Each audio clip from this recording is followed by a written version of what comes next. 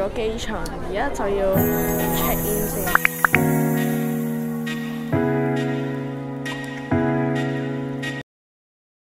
去512嘅登機口啦，咁我哋就10點坐飛機啦，咁我哋就要坐呢個無人駕駛先，跟住先會到嗰架飛機。我哋出發啦！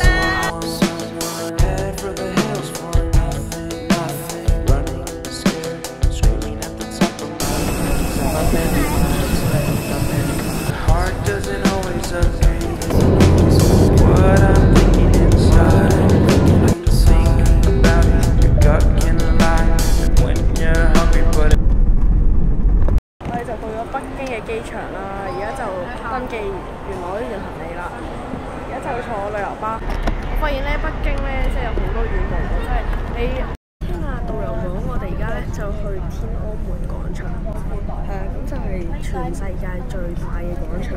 咁而家入到嚟天安門嘅廣場啦，咁咧隔離咧就係我哋人民幣100蚊嘅後邊人民大會堂。我呢度就有個毛主席嘅紀念碑，前面就係天安門。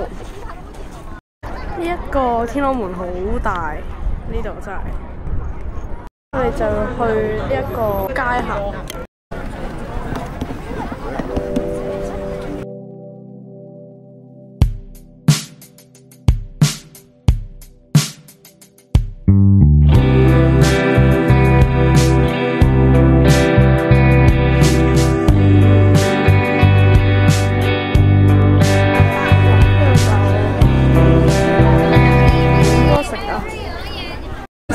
就係飲茶啦，晚餐係料茶啊！我想影夜景就好差，但係呢度係真係好靚。花嘅體育館，然後嗰度咧就係水立方嗰度。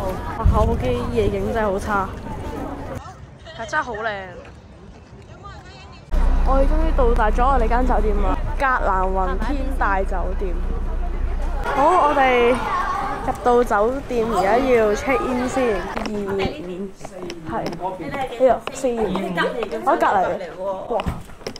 呢個要好插房卡先，有電視啦，2張床，燈冇問題，先衣櫃冇問題。OK 啊，唔錯。